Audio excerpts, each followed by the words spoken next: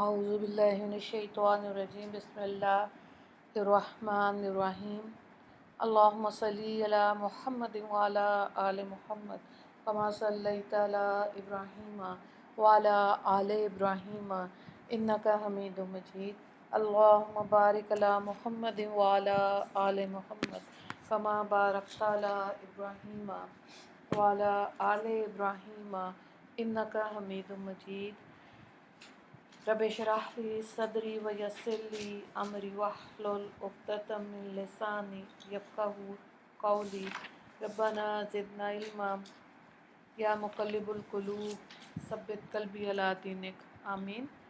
سورہ یوسف ہم کر رہے ہیں، اس کا سورت کا 9 رکوع آج ہم دیکھیں گے انشاءاللہ، اور یہ پارہ نمبر 13 ہے۔ آیت نمبر 69 سے دیکھیں۔ وَلَمَّا دَخَلُوا عَلَى يُوسُفَ آوَى إِلَيْهِ أَخَاهُ قَالَ إِنِّي أَنَا أَخُوكَ فَلَا تَبْتَئِسْ بِمَا كَانُوا يَعْمَلُونَ۔ اور جب یہ لوگ یوسف علیہ السلام کے پاس پہنچے تو انہوں نے اپنے بھائی کو اپنے ساتھ ملا لیا، کہا میں تیرا بھائی یوسف ہوں، سو یہ لوگ جو کچھ کرتے رہے ہیں اس کا رنج مت کرنا۔ فَلَمَّا جَهَّزَهُم بِجَهَازِهِمْ جَعَلَ السِّقَايَةَ فِي رَحْلِ أَخِيهِ ثُمَّ أَذَّنَ مُؤَذِّنٌ أَيَّتُهَا الْعِيرُ إِنَّكُمْ لَسَارِقُونَ۔ پھر جب یوسف علیہ السلام نے ان کا سامان تیار کر دیا تو پانی پینے کا برتن اپنے بھائی کے اسباب میں رکھ دیا۔ پھر ایک پکارنے والے نے پکارا کہ اے قافلہ والو، تم ضرور چور ہو۔ قالوا وَأَقْبَلُوا عَلَيْهِمْ مَاذَا تَفْقِدُونَ۔ وہ ان کی طرف متوجہ ہو کر کہنے لگے تمہاری کیا چیز گم ہو گئی؟ قالوا انہوں نے کہا نفقد سواء الملک ولمن جاء به حمل بغیر وأنا به زعیم۔ انہوں نے کہا ہم کو بادشاہی پیمانہ نہیں مل رہا، اور جو شخص اس کو لا کر حاضر کرے گا اس کو ایک اونٹ برابر غلہ ملے گا، اور میں اس کا ذمہ دار ہوں۔ قالوا تاللہ لقد علمتم ما جئنا لنفسد فی الارض وما كنا سارقین۔ یہ لوگ کہنے لگے باخدا تم کو خوب معلوم کہ ہم لوگ ملک میں فساد پھیلانے نہیں آئے اور ہم لوگ چوری کرنے والے نہیں۔ قالوا فما جزاؤہ ان کنتم کاذبین۔ ان لوگوں نے کہا اچھا اگر تم جھوٹے نکلے تو اس کی کیا سزا؟ قالوا جزاؤہ من وجد فی رحلہ فہو جزاؤہ کذالک نجزی الظالمین۔ انہوں نے جواب دیا کہ اس کی سزا یہ کہ جس شخص کے اسباب میں ملے پس وہی شخص اپنی سزا ہے، ہم لوگ ظالموں کو ایسی ہی سزا دیا کرتے ہیں۔ اب یہاں پہ حضرت یوسف علیہ السلام اور بنیامین کی ملاقات ہوئی، اور پھر بنیامین کو حضرت یوسف علیہ السلام نے اپنے پاس روکنے کی یہ تدبیر کی کہ یوسف علیہ السلام کے حکم سے ایک ایک اونٹ غلہ دیا گیا اور ان کی رخصت کا سامان تیار کیا گیا۔ جب ان کا سامان روانگی تیار ہو گیا تو حضرت یوسف علیہ السلام نے خود یا کسی کو کہہ کر معرفت پانی یعنی کہ پانی پینے کا جو شاہی برتن تھا، جو چاندی کا پیالہ بتایا جاتا ہے، وہی پیمانہ غلہ میں رکھ دیا، اور یہ اپنے بھائی بنیامین کو روکنے کا سبب کیا، کیونکہ شریعت ابراہیمی میں چور کی سزا یہ تھی کہ جس کے پاس سے چوری کا مال نکلے وہ 1 سال تک غلام ہو کر رہے گا۔ تو اس شریعت کے حساب سے یہاں پر حضرت یوسف علیہ السلام نے یہ چاہا کہ وہ بھائی کو اپنے پاس رکھ لیں۔ آگے دیکھیں آیت نمبر 76۔ فَبَدَأَ بِأَوْعِيَتِهِمْ قَبْلَ وِعَاءِ أَخِيهِ ثُمَّ اسْتَخْرَجَهَا مِنْ وِعَاءِ أَخِيهِ كَذَلِكَ كِدْنَا لِيُوسُفَ مَا كَانَ لِيَأْخُذَ أَخَاهُ فِي دِينِ الْمَلِكِ إِلَّا أَنْ يَشَاءَ اللَّهُ نَرْفَعُ دَرَجَاتٍ مَّن نَّشَاءُ وَفَوْقَ كُلِّ ذِي عِلْمٍ عَلِيمٌ۔ کہ یوسف علیہ السلام اپنے بھائی کے تھیلے سے قبل تلاشی کی ابتدا اول دوسرے بھائیوں کی تلاشی انہوں نے کی، پھر آخر میں اس برتن کو اپنے بھائی کے تھیلے سے برآمد کر لیا۔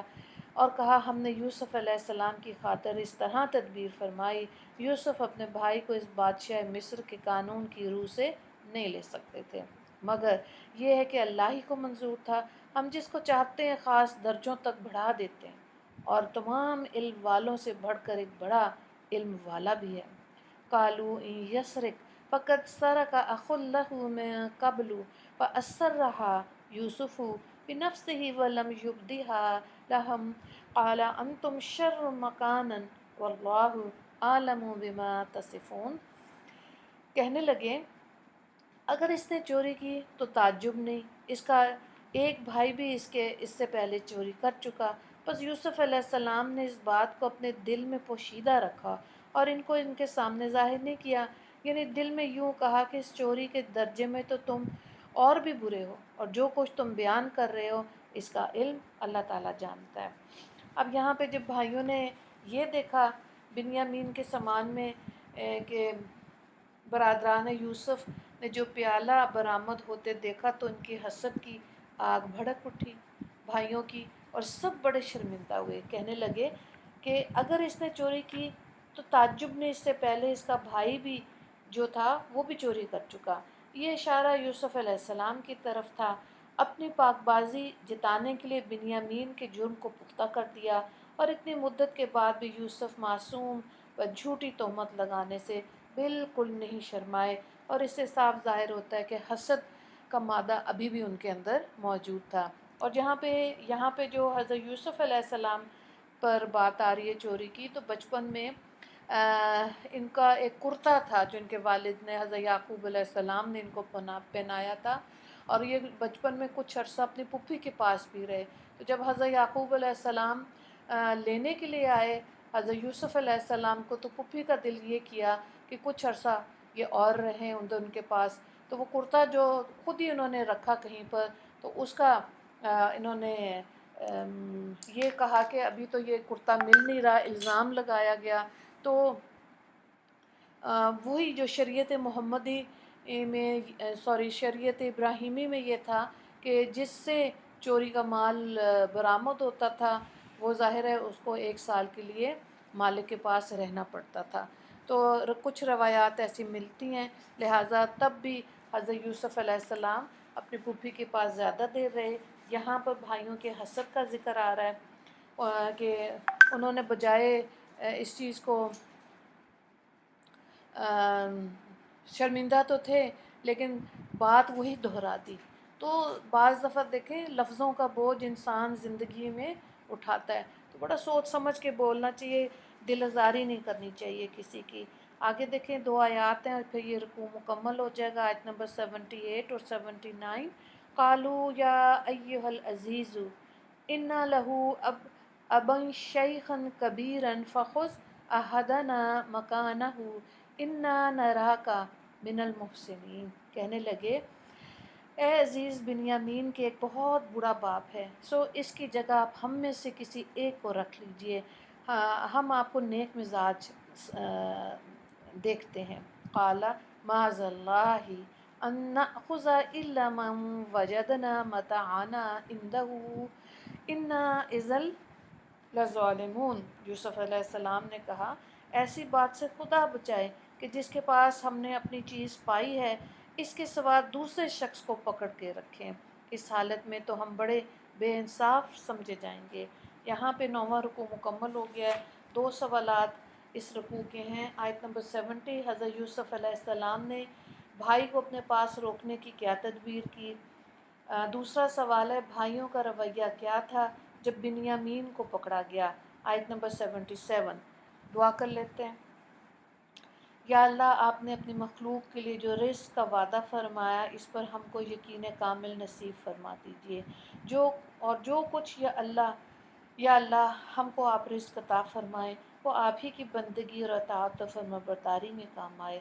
اللہ تعالی ہم کو ہر حال میں دین اسلام پر قائم دائم رہنے کی توفیق عطا فرما دے، اور ہر معاملے میں ہم کو اپنی مرضیات کے موافق زندگی گزارنے کی توفیق عطا فرما دے۔ یا اللہ نفس اور شیطان کے فریب سے ہم کو محفوظ رکھیے، صراط مستقیم سے کسی حال میں ہمارا قدم نہ ڈگمگانے پائے۔ میرے مالک دیانت، امانت، صداقت اور راستی پر ہمیں ہر حال میں جمے رہنے کی سعادت نصیب فرما اور حقوق شناسی کی توفیق عطا فرما دیجیے۔ یا اللہ یہ نعمتیں ہم سب کو عطا فرما دیجیے۔ یا اللہ اپنے متوکلین بندوں کے گروہ میں ہمیں بھی شامل فرما لیجیے اور ہم کو بھی ہر معاملے میں اپنی ذات عالی پر نظر رکھنے، بھروسہ کرنے کی توفیق عطا فرما دیجیے۔ یا اللہ ظاہری تدبیر کو ہم محض تدبیر کے درجے میں جانیں اور مؤثر حقیقی آپ ہی کو اعتقاد میں رکھیں اور آپ ہی پر مدد میں بھروسہ کریں۔ یا اللہ ہر طرح کی ظاہری باطنی فتنے سے آپ ہماری حفاظت فرما دیجیے اور اپنی رحمت سے ہمارے دین اور دنیا کے کاموں کو درست فرما دیجیے۔ آمین یا رب العالمین۔ وآخر دعوانا ان الحمد للہ رب العالمین۔ اللہم اغفر لی مسلمین والمسلمات والمؤمنین والمؤمنات۔ السلام علیکم ورحمۃ اللہ وبرکاتہ۔